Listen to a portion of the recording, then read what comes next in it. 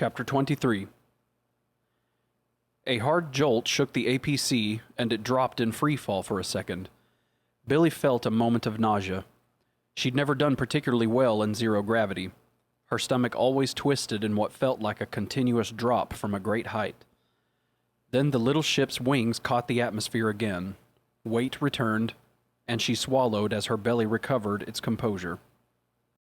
"That's the worst of it," Wilkes said. "We're on a long glide path to the place now.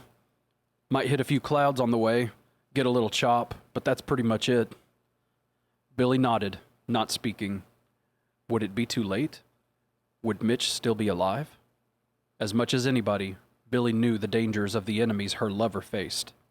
Whatever their motivation, they were killing machines, and if they cared about their own deaths, it never showed. Survival of the species was the thing. Individuals didn't seem to matter much. Not like people. Not like people at all. How long? 30 minutes, give or take. We have to glide in, so we'll have enough juice to achieve escape velocity and make it back to the ship. Billy nodded again.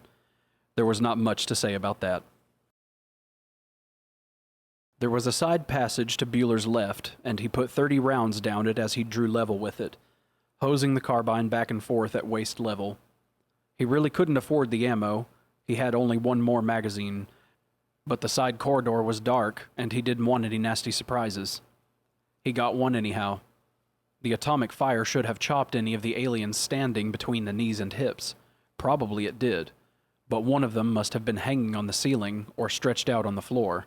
As soon as the burst of fire ended, the thing jumped out. Bueller wasn't taking anything for granted, so he still had his weapon held ready, but the thing leapt as he fired again, flew like a missile at him. Bueller's reactions were fast. It wouldn't matter how many rounds hit the damned thing, inertia would keep it coming. Bueller didn't have time to think. He dropped, slammed flat onto the slimy hot floor, and the alien missed him by centimeters. Mbutu yelled as the thing barreled into her. Blake fired, but the monster and Mbutu were entwined. And as good as Blake was, she couldn't stop the acid flow her shot caused. The spewing wound drenched Mbutu's face. She instinctively opened her mouth to scream. The thing was dying, but it pumped enough of the corrosive blood onto Mbutu so she would join it shortly.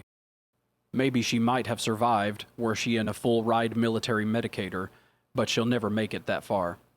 Her cheeks and nose were a smoking ruin, her throat and lungs already being eaten away. She would drown in her own fluids. Bueller scrambled up. Mbutu made a strangled noise halfway between a moan and a plea. He knew what she wanted. He couldn't ask Blake to do it. Bueller pointed his carbine, tapped the trigger once. The bullet in her brain ended Mbutu's suffering. Blake nodded. "Thanks," she said. Bueller had trouble drawing enough air to breathe. He shuddered. 2 of them left. "There it is," Wilkes said. The front view screens gave a better picture than the ports, but Billy stared through the clear shields, preferring the reality. The mound sprawled upon the ground like a malignant tumor, dull gray in the light of the local sun. It was a desolate landscape, cleared around the hive of everything but dust and rock. "I'm going to put down on that little ridge," Wilkes said. "We can use the ship's guns better on the high ground, and we'll be able to see them coming, and anything that might be chasing them." She looked at him. "Still too much interference," he said. "Something in the walls is blocking the comms signal." "I could go," Billy began. "No, you can't." "Man, oh man," Blake said. "I'm definitely crossing this place off my vacation list. It stinks in here." The winding corridor had provided them with more attackers, but it was wide enough that the red eyes let them see in time. Bueller and Blake took the aliens out as soon as they spotted them, and it had almost gotten to the point of target shooting for Bueller. He'd switched to semi-auto to conserve ammo. He had about 80 rounds left, but also had Mbutu's plasma rifle slung over his shoulder. Things could be worse. A large archway loomed. "Signal is coming from in there," Blake said. "Less than 50 meters. "The hatching room," Bueller said. "Yeah, let's do it." The heat intensified as they neared the archway. The air thickened even more with stench and high humidity. It felt like the inside of a steam bath full of rotting corpses. Bueller darted through the opening, Blake backing in behind him, her rifle pointed to the rear. "There they are," he said. 4 people, 3 men and a woman, webbed to the walls in that gauzy, spidery goo the things used. The garbage can-sized eggs sat impassively on the floor. There was no sign of the Queen, no other drones around. It was quiet enough so Bueller could hear his own breathing. The 2 of them moved quickly. "This one is dead," Blake said, her fingers on the carotid of one of the women. "This one too," Bueller said. One of them was alive, though. The Marines tore away the sticky webbing. The eggs next to the man were still closed. He hadn't been implanted yet. He came to as they were dragging him free of the web. He screamed. "Easy, easy," Blake said. "It's okay, we got you." Fear had stolen his words. The man tried to speak, stammered, gave up. "Can you walk?" He nodded, still mute. "Then let's make tracks. Fast. Understand?" He nodded again. The 3 of them started for the chamber's exit. When they reached it, Bueller stopped. Blake raised an eyebrow at him. "What?" "I'll just leave them a couple of grenades for a going-away present," he said. He hip-pointed his carbine and launched 3 rounds, fast, so the first explosion was still expanding as the second and third rounds flew. The sound was deafening, despite the spike muters the Marines wore. "Go! Go!" They ran. Wilkes touched a control on the sensor board. "Got seismic activity in there. Looks like somebody fired some explosive armament. M40s probably." "They're still alive," Billy said. "Maybe." "We have to do something." "We are doing something. We're waiting. Won't help anybody if we don't have a way off this damned rock. In 5 hours, the whole planet is going to get hammered flat as the oceans on Jupiter. We don't want to be here then." "To your left!" Bueller yelled. Blake, cool as liquid oxygen, turned and painted the corridor green with her plasma. The withering beams cooked the onrushing alien drones like crabs under their shells. Fluid boiled from their joints in deadly steam, but far enough away so there was no danger to the Marines or the crewmen. "Eat hot plasma death, alien scum," Blake said. Bueller stared at her. "I always wanted to say that," she said. She smiled. He shook his head, but he shared her feeling. Against all the odds, they were nearing the exit to this nightmare. Less than 100 meters away, the harsh daylight of the planet spilled into the mound, giving them a light at the end of a very dangerous tunnel. "Almost there," Bueller said. "Can you make it?" The crewman finally found his voice. "I'll make it. Just keep those bastards off us." The last 30 meters were the worst. It was clear, no drones in front of them, but the run for the way out filled Bueller with hope. They might really make it after all, and it was too soon for that kind of optimism. Still, they reached the mouth of the tunnel.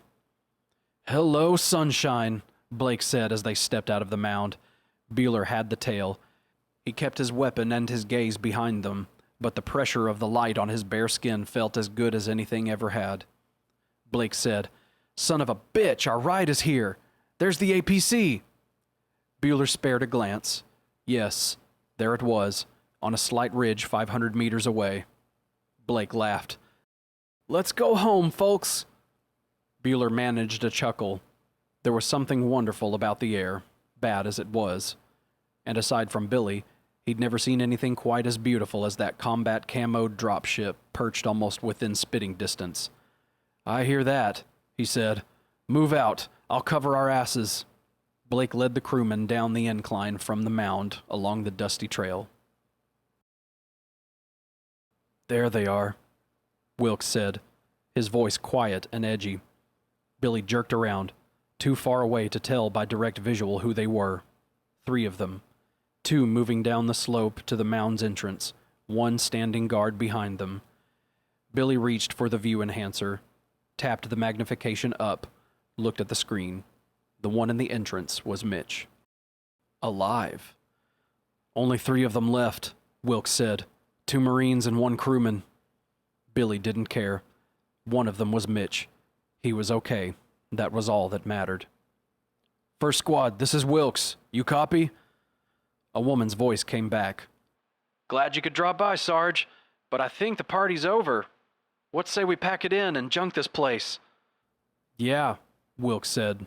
Hurry up, Blake. The meter is running. On our way. Mitch heard the comm and grinned.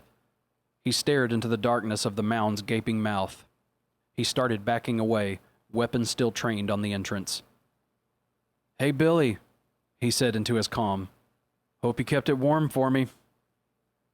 Come and get it, Billy said. He half turned to look at the APC, the smile bright and happy. A mistake. The alien must have been waiting in the darkness for some break in Bueller's attention. It came clattering out, claws scraping and digging into the rocky surface as it cleared the entrance, arms extended, teeth revealed in a moray eel's needle grin. Bueller twisted, swung the carbine around, slipped on a loose piece of rock, shifted, off balance, to his left. The carbine's barrel dropped, just a hair, as he fired. Fired, and missed. He tried to correct his aim. The thing was almost on top of him, and he only needed to point shoot, but he was too slow. It crossed its hands, grabbed him, digging one steel-hard claw into his ribs, the other on the opposite side, just under his hip. Talons bit deep. The carbine flew from Bueller's grip. He tried to draw the slug pistol. Mitch! Billy screamed from his comm.